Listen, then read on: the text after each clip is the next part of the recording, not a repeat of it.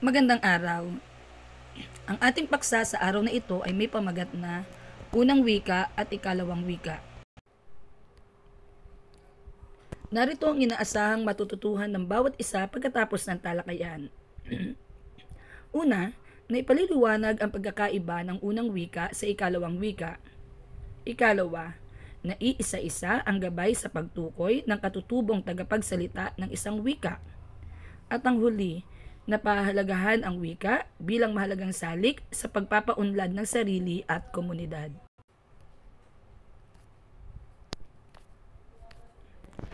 Bago tayo magsimula ay nais ko munang magbalik-aral tayo. Ano ba ang pagkakaiba muli ng monolingualismo, bilingualismo at multilingualismo? Paano nagkakaiba ang bilingual sa multilingual na sistema ng edukasyon sa bansa? Talakayin ito. Bilang pagpapatuloy, nais ko ring magbigay kayo ng pagbati gamit ang iba't ibang pahayag sa wikang Filipino at gayon din sa katutubong wikang batid mo.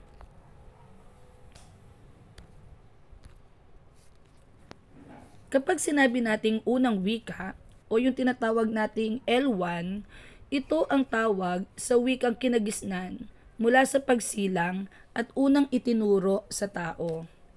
Tinatawag ding katutubong wika, mother tongue, arterial na wika, at kinakatawan din ng L1.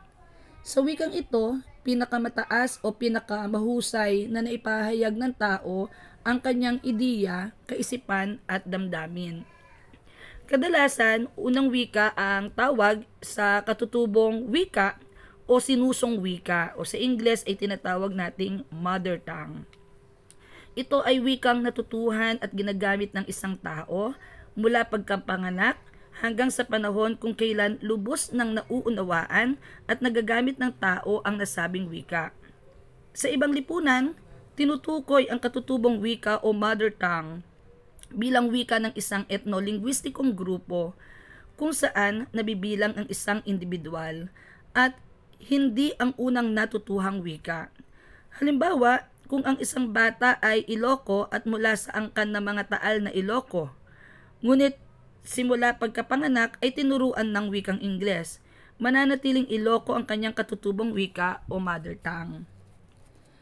Habang lumalaki ang bata ay nagkakaroon siya ng exposure o pagkakalantad sa iba pang wika sa kanyang paligid na maaaring nagmula sa telebisyon o sa iba pang tao tulad ng kanyang tagapangalaga, mga kalaro, mga kaklase, guro at iba pa.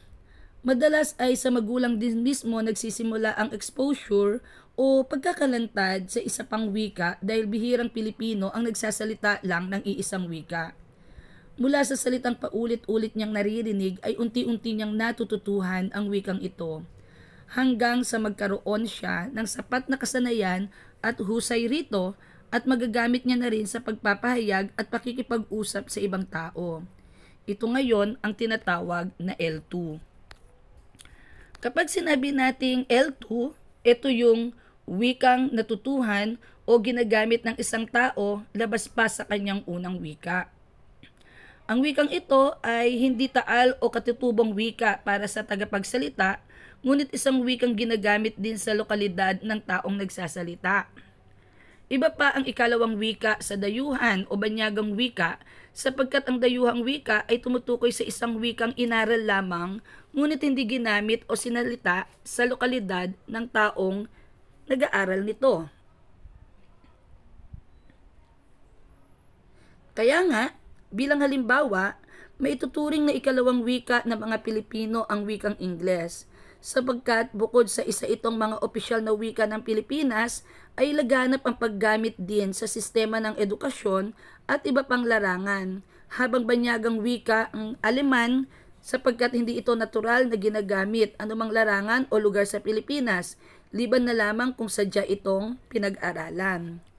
Isa sa mga kinilala ni Krashen sa teorya ng Second Language Acquisition o SLA na nagpapalawig sa pagkakaiba sa acquiring, likas o natural na pagtatamo at learning o pagkatuto ng wika. Ayon sa kanya, ang acquisition o pagtatamo ay isang natural na proseso habang ang learning o pag-aaral ay kinasasangkutan ng malay o sadyang desisyon na pag-aralan ang wika. Sa una, kailangang magkaagapay at pumaloob ng isang mag-aaral sa natural na komunikasyong sitwasyon, habang ang ikalawa ay nagbibigay diin sa pagkatuto ng gramatikal na estruktura ng wikang nakahiwalay sa pagkatuto ng natural na gamit nito. Bagamat hindi lahat ng dalubhasa sa wika ay sumasang-ayon, ayon sa ideya ng SLA ni Krashen, malaki ang naging ambag nito sa pagdidisenyo ng iba't ibang modelo at proseso ng pagkatuto ng ikalawang wika. Ngayon, matapos nating makita kung ano ang pagkakaiba ng unang wika o L1 sa ikalawang wika o L2, tungayan naman natin kung paano natin matutukoy na ang nagsasalita ay katutubong wika niya ang kanyang gamit. Ayon kay Lee, sa kanyang artikulo na The Native Speaker, an Achievable Model na inilathala sa Asian EFL Journal, ay tinukoy niya ang mga gabay upang matukoy ang isang tao ay katutubong tagapagsalita ng isang wika. Una, ayon sa kanya, natututuhan ng individual ang wika sa murang edad. Ikalawa, ang individual ay may likas at instingtikong kaalaman at kamalayan sa wika. Ikatlo, may kakayahan ang individual na makabuo ng matatas at espontanyong diskurso gamit ang wika. Ikaapat, mataas ang kakayahan sa komunikasyon ng individual gamit ang wika. At ang ikalima, ayon sa kanya, kinikilala ang sarili bilang bahagi at nakikilala bilang kabahagi ng isang lingwistikong komunidad. At ang huli, may puntong dialektikal ang individual na taal sa katutubong wika. Kaya naman, sinasabi rin nating sa pagdaan ng panahon ay lalong lumalawak ang mundo ng bata. Dumarami pa ang mga taong nakasasalamuhan niya, gayon din ang mga lugar na kanyang nararating, mga palabas na kanyang napapanood sa telebisyon, mga aklat na kanyang nababasa, at kasabay nito tumataas din ang antas ng kanyang pag-aaral.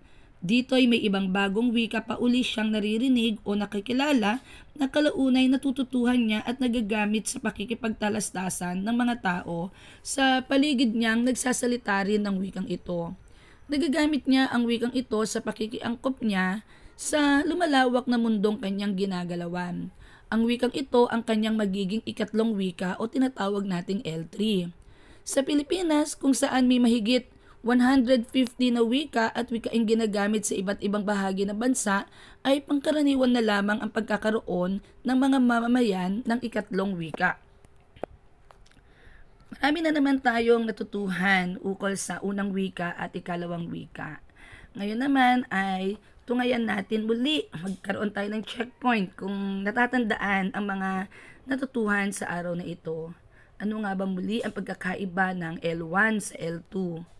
Paano ito natututuhan at nade-develop? Paano naman nagkakaroon ng tinatawag na L3? May ganito bang termino pagdating sa wika?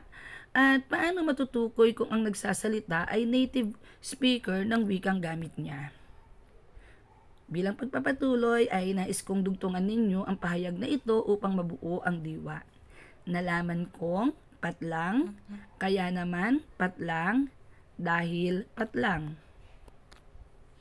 Bilang pangwakas na gawain, nais kong magsalaysay kayo ng karanasan kung paano kayo natuto ng L1 at L2 sa buhay. Maraming salamat, hanggang sa muli. Mabuhay!